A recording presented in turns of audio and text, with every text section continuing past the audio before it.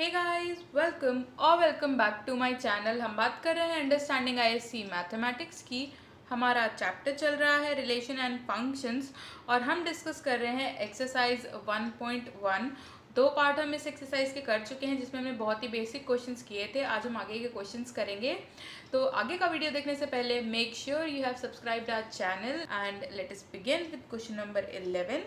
तो question number 11 में क्या है, हमें टी एक सेट ऑफ ट्राइंगल्स दे रखा है जो किसी भी प्लेन पे हम ड्रॉ कर सकते हैं। ये हमारा एक प्लेन है, इसमें मैं कितने भी ट्राइंगल्स ड्रॉ कर सकती हूँ। यहाँ पे कितने भी साइज के कर सकते हैं, कैसे भी कर सकते हैं।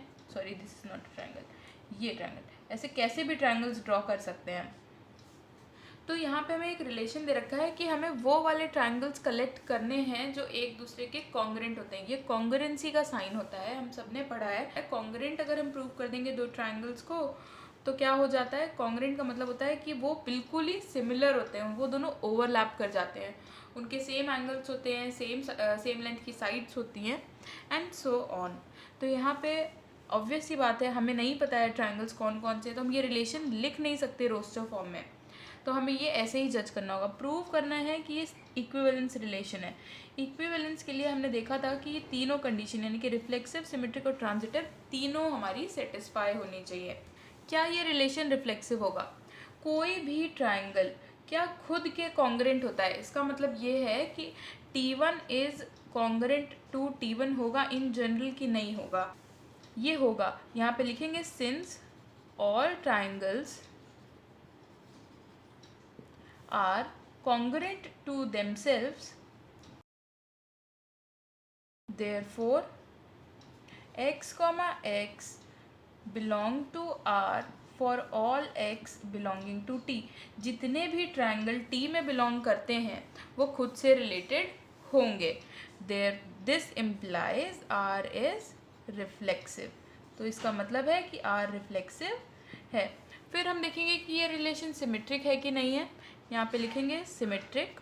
अब सिमेट्रिक के लिए क्या होता है, सिमेट्रिक के लिए हमारे पास क्या होता है कि अगर ए बी से रिलेटेड है तो बी ए से रिलेटेड होना चाहिए। तो यहाँ पे करेंगे लेट, मान लेते हैं कि दो ट्राइंगल्स T1 और T2 belong to relation R, इसमें बिलोंग कर रहे हैं। इसका मतलब क्या हो जाएगा, इसका मतलब हो जाएगा T1 is congruent to T2, यानी कि T1 और T2 कॉन्ग्रेंट हो जाएंगे। पर इससे क्या इम्प्लाई होता है, इससे इम्प्लाई होता है कि T2 is congruent to T1। ऐसा कैसे? क्योंकि दो ट्राइंगल्स अगर हम लेते हैं तो अगर पहला ट्राइंगल दूसरे ट्राइंगल के कॉन्ग्रेंट होता है तो दूसरा ट्राइंगल भी पहले ट्राइंगल के कॉन्ग्रेंट होता है। ये तो बेसिक प्रॉपर्टी है। This implies T2, T1 also belongs to R। क्योंकि इससे ये इम्प्लाई हो रहा है देयरफॉर, यहाँ पे लिखेंगे देयरफॉर R इज सिमेट्रिक। अब हम चेक करेंगे ट्रांजिटिव के लिए। अब ये ट्रांजिटिव है रिलेशन की नहीं है। लेट कर लेते हैं T1, T2 belong to R and T2, T3 belong to R। अगर ये लेट कर लें तो इसका मतलब क्या हुआ, जो T1 ट्राइंगल है वो कॉन्ग्रेंट है किसके, T2 के, एंड T2 ट्राइंगल जो है वो कॉन्ग्रेंट है किसके, T3 के। For T1, T2 and T3 belonging to T set of triangles. इन दोनों इक्वेशंस को अगर हम देखें, अगर T1 T2 के कॉन्ग्रेंट है और T2 T3 के कॉन्ग्रेंट है, इससे इम्प्लाई होता है कि T1 is congruent to T3। क्योंकि ये इम्प्लाई होता है, इसका मतलब ये है कि T1, T3 belong to R। क्योंकि इन दोनों से ये इम्प्लाई हो गया, देयरफॉर R इज ट्रांजिटिव। हमने प्रूव कर दिया कि ये रिफ्लेक्सिव, सिमेट्रिक और ट्रांजिटिव तीनों हैं। हेंस, क्योंकि तीनों हैं, hence R is an equivalence relation. Question number 12 बहुत ही ईजी क्वेश्चन है। हमें एक सेट दे रखा है ए जिसमें सारी बुक्स हैं किसी भी लाइब्रेरी की ऑफ अ पर्टिकुलर स्कूल, और रिलेशन दे रखा है एक्स और वाई, जो दो बुक्स हैं उनमें सेम नंबर ऑफ पेजेस होने चाहिए। तो सबसे पहले हम देखेंगे रिफ्लेक्सिव है कि नहीं, क्योंकि हमें इसे इक्विवेलेंस प्रूव करना है। तो रिफ्लेक्सिव है कि नहीं, अगर कोई भी हम सेम बुक लेते हैं तो सेम बुक में तो नंबर ऑफ पेजेस कांस्टेंट ही रहने वाले हैं ना। तो x and x have same number of pages. यहाँ पे कितना हो जाएगा, since x comma x belong to R for all x belonging to a. जितनी भी बुक्स हैं उन वो खुद से रिलेटेड तो होने ही वाली क्योंकि उनके पास सेम नंबर ऑफ पेजेस होंगे। Therefore R is reflexive. ये तो प्रूव हो गया कि ये रिफ्लेक्सिव है। फिर सिमेट्रिक है कि नहीं है। सिमेट्रिक में क्या होगा, let x comma y belong to R. अगर x comma y belong to R है यानी कि एक्स और वाई के, this implies x and y have same number of pages. X और वाई जो दो बुक हैं इनके पास सेम नंबर ऑफ पेजेस हैं। अब सेम नंबर ऑफ पेजेस से क्या हो गया, अगर ये हो रहा है तो इससे ये भी तो इम्प्लाई हो रहा है कि y and x have same number of pages. ये तो डायरेक्टली इम्प्लाई हो रहा है। तो अगर ऐसा हो रहा है तो इसके बाद ये क्या हो गया, हम देख सकते हैं कि हमारा रिलेशन था कि x और y, x पहले लिखा था y बाद में लिखा था। अब इससे ये इम्प्लाई होता है, अब यहाँ पे क्या लिख देंगे, y पहले और x बाद में। y और x भी r को बिलोंग करेंगे। अब क्योंकि इससे ये इम्प्लाई हो गया, therefore r is symmetric also. अब हम बात करेंगे ट्रांजिटिव की। हमारा रिलेशन ट्रांजिटिव है कि नहीं ये हम चेक करेंगे। ट्रांजिटिव के लिए क्या लेट करेंगे, let x comma y belong to R and y comma z belong to R. मान लेते हैं एक्स और वाई और जेड दोनों हमारे रिलेटेड हैं। तो यहाँ से क्या इम्प्लाई होता है, x and y have same number of pages and यहाँ से क्या इम्प्लाई होता है, y and z have same number of pages. तो अगर हम देखें, अगर x मान लेते हैं 10 है, एक एग्जांपल के तौर पे देखते हैं, x और y के सेम नंबर ऑफ पेजेस है, मान लेते हैं 10, और y और z के भी सेम नंबर ऑफ पेजेस हैं। y के कितने थे, 10 थे, तो z के भी 10 होंगे, ऑब्वियस ही बात है। इससे क्या इम्प्लाई हो रहा है, इससे इम्प्लाई हो रहा है एक तरह से ये क्या है, एक तरह से ये ऐसा रिलेशन है कि x और y इक्वल है और y और z इक्वल है। तो यहाँ से ये इम्प्लाई हो रहा है कि x और z इक्वल है। तो ये इसी स्टेटमेंट से हमने ये इम्प्लाई कर लिया कि x and z have same number of pages.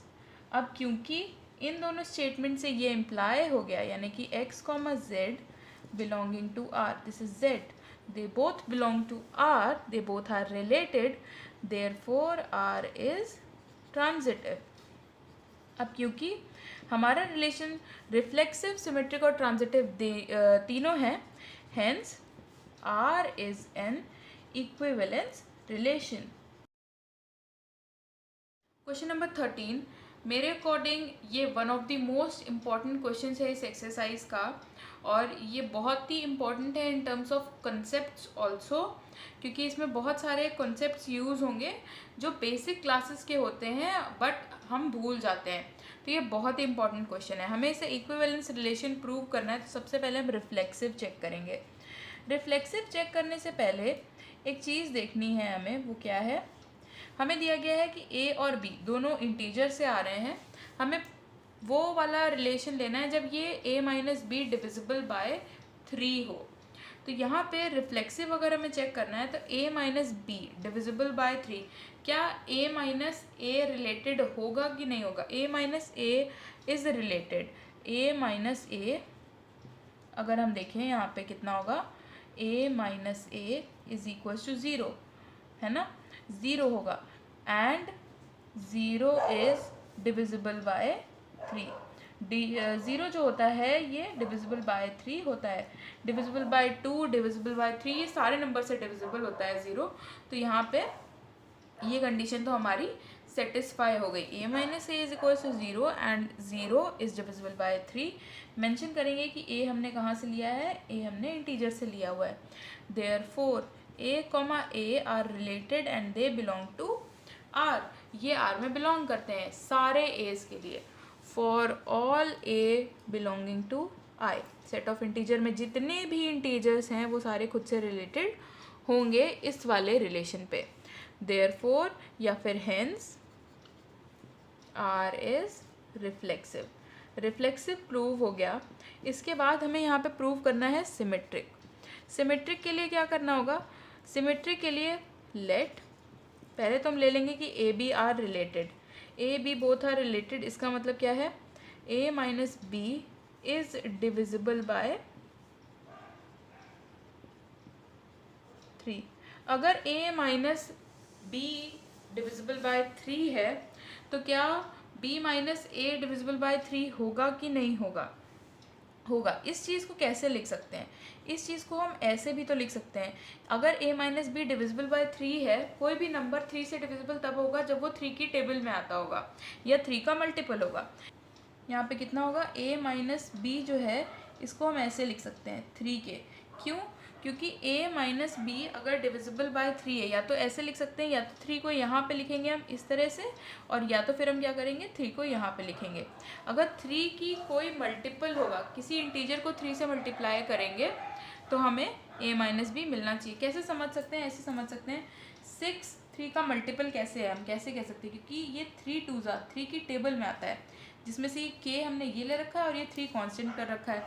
a minus B की वैल्यू मान लेते हैं हमारे पास 12 आई, तो 12 3 से डिविजिबल है कि नहीं, इसके लिए हम क्या चेक करेंगे, क्या ये 3 के मल्टीपल में आता है कि नहीं आता है। फिर अगर मान लेते हैं -9 की बात हो, तो -9 कैसे आता है, 3 इंटू -3 होता है। तो यहाँ पे जो k है ये क्या है, k बिलोंग्स टू इंटीजर होना चाहिए। इवन 0 को भी हम 3 इंटू 0 लिख सकते हैं। तो यहाँ पे इस तरह से हम ये रिलेशन चेक करते हैं। a minus B is equal to, अगर 3 के है तो दोनों तरफ अगर हम माइनस से मल्टीप्लाई कर दें तो ये कितना हो जाएगा, b minus a is equal to -3 के। तो k बिलोंग्स टू i। अगर k इंटीजर है तो यहाँ पे अगर मैं इसे -3 को ऐसे लिख दूँ, 3 बाहर और ये -k। अगर k इंटीजर है और उसके आगे माइनस साइन में लगा दूँ तो ये भी तो एक तरह का इंटीजर ही होगा, यानी कि this implies b minus a is equals to 3k dash. अब k डैश क्या है, k डैश भी एक तरह का इंटीजर है। तो यहाँ पे हम क्या लिख सकते हैं, इसके बाद हम लिख सकते हैं therefore b minus a is divisible by 3। अगर b minus a divisible by 3 है तो इससे क्या इम्प्लाई हो रहा है कि b comma a belong to r, क्योंकि इससे ये इम्प्लाई हो गया देयरफॉर r इज सिमेट्रिक। अब हम चेक करेंगे ट्रांजिटिव है कि नहीं है। तो ट्रांजिटिव के लिए क्या करना है हमें, सबसे पहले जो हमारा सेम प्रोसीजर है, हम पहले लेट करेंगे कि a कॉमा बी रिलेटेड है, एंड फिर हम लेट करेंगे कि b कॉमा सी भी रिलेटेड है।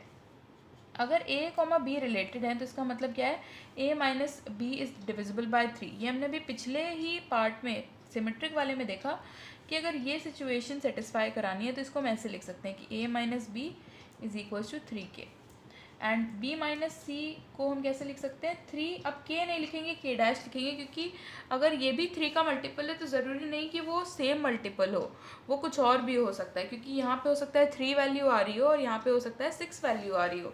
तो हम इसे k डैश लिखेंगे और यहाँ पे ज़रूर मेंशन करेंगे कि k और k डैश दोनों इंटीजर को बिलोंग करते हैं। अब हमारे पास ये दो इक्वेशन है, ये इक्वेशन 1, ये इक्वेशन 2। b को एलिमिनेट करने के लिए मैं क्या करूँगी, 1 + 2, इन दोनों इक्वेशन को ऐड कर देंगे तो ये कितना हो जाएगा, a minus b plus b minus c is equal to 3k plus 3k dash. तो यहाँ से ये b हमारा कैंसिल हो गया, यहाँ से हमें क्या मिला, a minus c is equal to 3k plus k dash.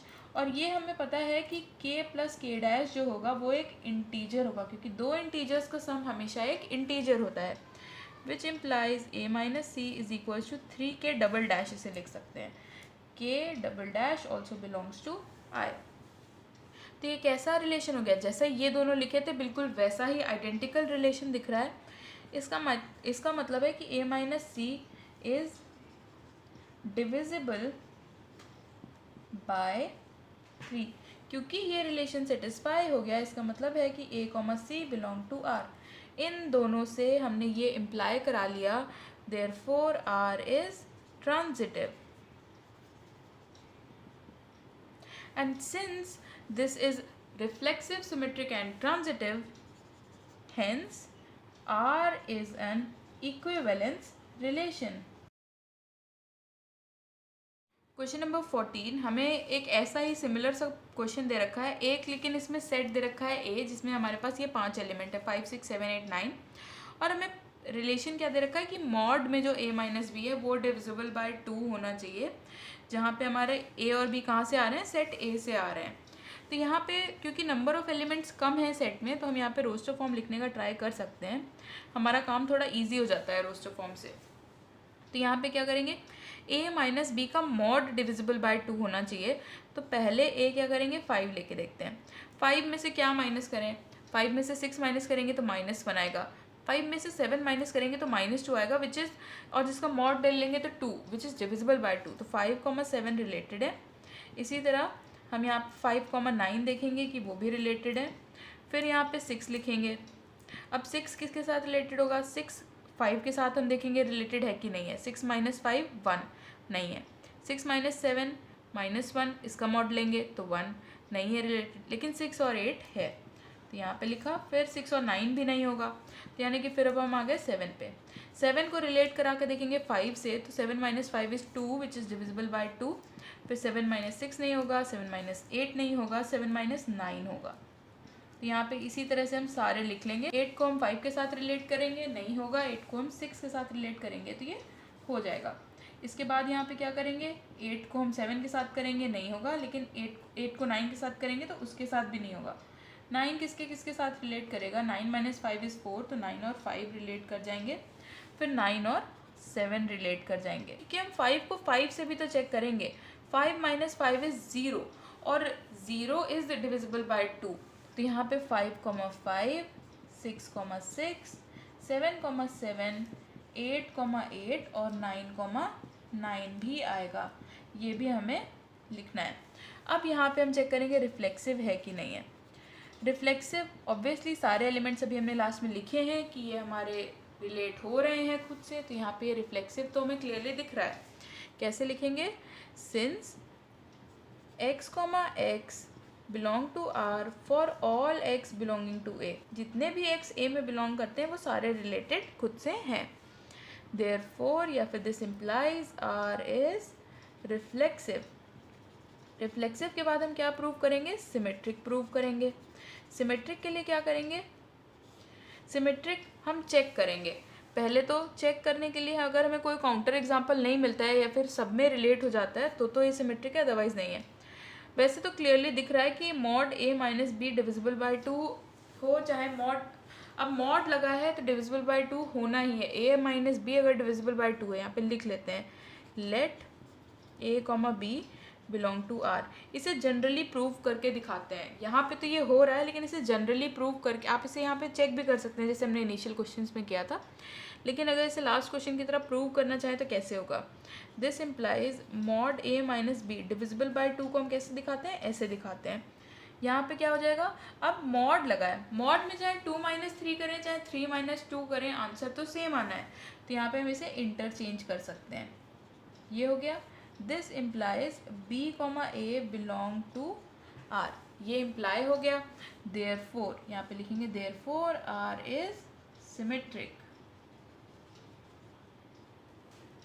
फिर हम देखेंगे ट्रांजिटिव है कि नहीं है।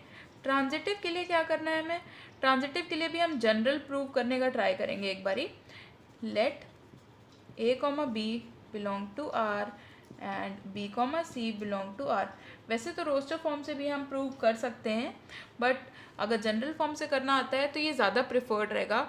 दिस इम्प्लाइज क्या हो गया, मॉड a माइनस बी जो है वो किसकी इक्वल है, 2k के इक्वल है, एंड मॉड b माइनस सी जो है वो 2k डैश की इक्वल है, जहाँ पे k, k डैश कहाँ पे बिलोंग करते हैं, इंटीजर को बिलोंग करते हैं। तो यहाँ से अगर देखना चाहें तो a माइनस बी की वैल्यू कितनी है, प्लस माइनस 2k। यहाँ पे क्योंकि मॉड लगा हुआ है तो इधर प्लस और माइनस दोनों वैल्यूज़ आएंगी, एंड यहाँ पे b माइनस सी की वैल्यू भी प्लस माइनस 2k डैश आ गई। इन दोनों इक्वेशंस को अगर मैं ऐड कर दूँ तो कितना हो जाएगा, यहाँ पे लिख लेंगे 1 + 2, ये इक्वेशन 1 है और ये इक्वेशन 2 है। इन दोनों को अगर ऐड कर दें तो हमें कितना मिल जाएगा, 2 common, plus minus k dash. अब यहाँ पे कोई भी ऑपरेशन हो, चाहे प्लस का हो चाहे माइनस का हो, ये इंटीजर ही रहने वाला है। ये तो एक बात श्योरिटी, ये तो एक श्योरिटी है हमारे पास। तो यहाँ पे क्या हो गया, a minus c is equal to 2k double dash. Plus minus, plus में भी आ सकता है माइनस में भी आ सकता है, लेकिन आएगा कोई इंटीजर ही। तो यहाँ पे हम प्लस माइनस चाहे लगाएं चाहे नहीं लगाएं कोई बात नहीं है। अगर यहाँ पे प्लस माइनस लगा है, वैसे तो लगेगा ही क्योंकि यहाँ पे प्लस माइनस दोनों जगह लगा हुआ है, तो यहाँ पे कितना आ गया, मॉड ए माइनस सी जो होगा इसे हम लिख देंगे 2k डबल डैश, क्योंकि इन दोनों से हमने ये ले आए, क्या ले आए कि a minus c belong to r, therefore r is transitive. अब क्योंकि ये रिलेशन हमारा रिफ्लेक्सिव, सिमेट्रिक और ट्रांजिटिव तीनों है, hence it is an equivalence relation. इसी क्वेश्चन में एक पार्ट हमसे पूछा गया है, find all the elements related to 6, यानी कि इस फॉर्मेट में रिलेटेड टू 6 का मतलब है इस फॉर्मेट में जितने भी नंबर लिखे हुए हैं वो हमें बताने हैं। इस फॉर्मेट में एक हमें ये दिख रहा है, एक हमें ये दिख रहा है, तो हमारे रिक्वायर्ड एलिमेंट्स हो जाएंगे 6 और 8, क्योंकि जहाँ पे x की वैल्यू 6 दी हुई है वहाँ पे y की वैल्यू 6 और 8 दी हुई है। क्वेश्चन नंबर 15 हम नहीं करेंगे क्योंकि वो बहुत ही बेसिक सा क्वेश्चन है। ऐसे क्वेश्चंस एग्ज़ाम में बहुत कम पूछे जाते हैं या फिर नहीं ही पूछे जाते हैं, और बहुत सारे क्वेश्चंस हम कर चुके हैं जिसमें हमने ये वाले एग्जांपल्स डिस्कस किए हैं। Also I want you guys to give the answer to this question in the comment section, और जिसका आंसर सबसे बेस्ट होगा definitely I will pin that answer. So do comment the answer of this question, and yes, जो भी answer आपकी answer sheet में दिया हुआ है आपको वो कमेंट नहीं करना है। क्वेश्चन नंबर 16, इसमें हमें एक सेट दे रखा है ए बी सी, जिसमें 3 एलिमेंट्स हैं, और हमें एक रिलेशन बनाना है। रोस्टर फॉर्म लिखेंगे ऑब्वियसली क्योंकि हमें एलिमेंट्स दे रखे हैं, और उसमें हमें ऐसा सेट बनाना है जिसमें फर्स्ट पार्ट में दिया हुआ है कि वो ना तो रिफ्लेक्सिव हो ना सिमेट्रिक हो बट ट्रांजिटिव हो। ऑब्वियसली इस क्वेश्चन के बहुत सारे आंसर्स आ सकते हैं, हो सकता है जो मैं लिखूं आपका आंसर वो ना हो सकता है जो बुक में लिखा है आपका आंसर वो ना हो, बट जो मैं यहाँ पे डिस्कस करूँगी वो ईजीएस्ट मेथड है। आपको अगर कोई कंडीशन दी हुई है तो आपको कैसे अप्लाई करना है हम वो देखेंगे। तो यहाँ पे अगर ये वाला रिलेशन मुझे लिखना है जो ये हमें यहाँ पे डिफाइन किया गया है कि रिफ्लेक्सिव ना हो। रिफ्लेक्सिव कोई रिलेशन कब होता है, जब ए बी बी और सी सी तीनों हो, अगर एक भी हटा दिया तो रिफ्लेक्सिव नहीं होगा। ठीक है, तो यहाँ पे मैंने क्या लिखा, ए और ए लिखा। सिर्फ क्यों लिखा अभी समझ में आ जाएगा। अगर तीनों ना लिखें तो रिफ्लेक्सिव होने के कोई चांस ही नहीं, हो सकता है हम तीनों ना अवॉइड कर दें। तो यहाँ पे ए हो गया। इसके साथ हमें चाहिए कि हमारा सिमेट्रिक भी नहीं हो। सिमेट्रिक होने का मतलब है कि अगर हमारे पास ए है तो इसका क्या होना चाहिए, इसका उल्टा, यानी कि ए कॉमा ए होना चाहिए। ये तो अभी तक तो ये सिमेट्रिक है। अगर हमने एक और यहाँ पे बी लिख दिया तब भी सिमेट्रिक होगा। यहाँ पे हमें कुछ ऐसा लिखना है जो सिमेट्रिक ना हो। ए कॉमा सी लिख दें। अब कहीं पे अगर मैंने सी कॉमा ए लिख दिया तो ये इस एलिमेंट के रिस्पेक्ट में सिमेट्रिक हो जाएगा, यानी कि सी कॉमा ए नहीं लिखना है। पर देखते हैं क्या इतना रिलेशन हमारा ट्रांजिटिव बन गया।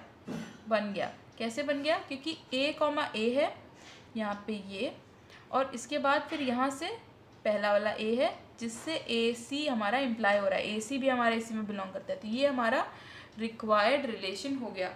तो अगर आपको सिर्फ ट्रांजिटिव चाहिए, सिर्फ ट्रांजिटिव, तो आप क्या करेंगे, एक आइडेंटिटी वाला लिखेंगे जो खुद से रिलेटेड हो, और एक कोई और जिसमें हमारा ये आइडेंटिटी वाला फर्स्ट प्लेस पे आता हो। तो ये सिर्फ ट्रांजिटिव है। सिमेट्रिक क्यों नहीं है, क्योंकि ए सी है सी ए नहीं है। अगर एक भी एलिमेंट के लिए फेल हो जाता है तो हमारा आंसर सिमेट्रिक या ट्रांजिटिव नहीं होता है, या रिफ्लेक्सिव भी नहीं होता है। तो हमारा किसी भी कंडीशन में फेल नहीं होना चाहिए। अब हमें दे रखा है कि ना सिमेट्रिक हो ना ट्रांजिटिव हो, बट हमारा रिलेशन क्या हो, रिफ्लेक्सिव हो। तो रिफ्लेक्सिव की पहली कंडीशन हमारी क्या होती है कि सारे एलिमेंट्स खुद से रिलेट करने चाहिए। तो ये तो हम पहले ही लिख लेंगे, ए बी बी और सी सी, ये तीनों तो होने चाहिए। पर अगर हम सिर्फ इतना लिखेंगे तो ये वाला जो रिलेशन आइडेंटिटी रिलेशन बन जाएगा।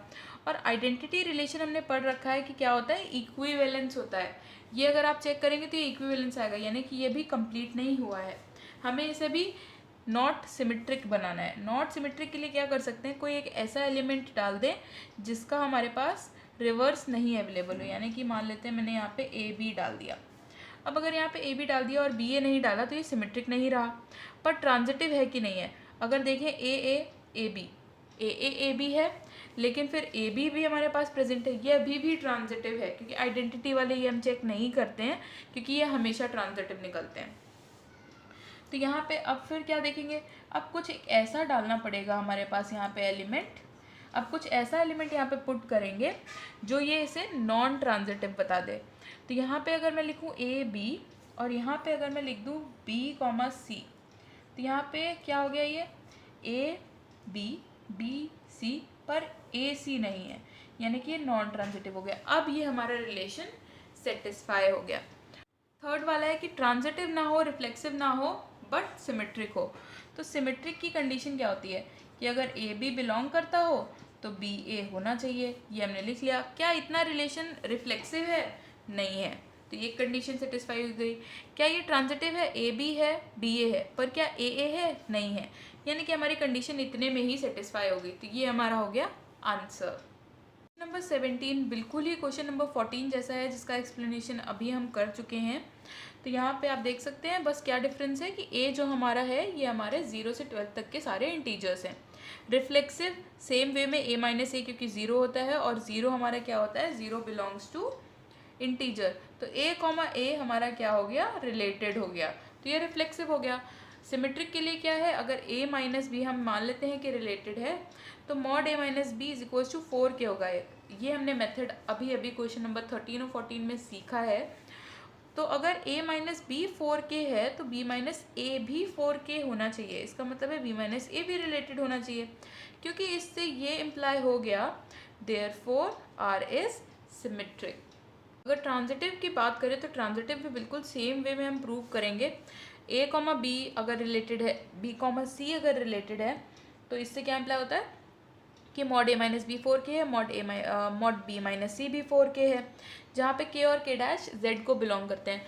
ये ज़्यादा स्टैंडर्ड फॉर्म है सेट ऑफ इंटीजर्स को रिप्रेजेंट करने का।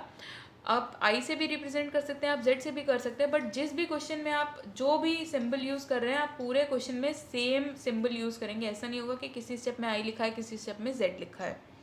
तो इसका मतलब हो गया a minus b plus minus 4 के है और यहाँ पे b minus c plus minus 4 के डैश है। दोनों इक्वेशंस को ऐड किया तो हमें यहाँ पे ये रिलेशन मिल गया। यहाँ पे भी हमने देखिए z यूज़ कर रखा है, तो सारी जगह पे जो भी सिंबल यूज़ करना है सेम यूज़ करना है, क्योंकि इन दोनों से हमारा इम्प्लाई हो गया कि a कॉमा सी भी रिलेटेड है, just like in question number 14।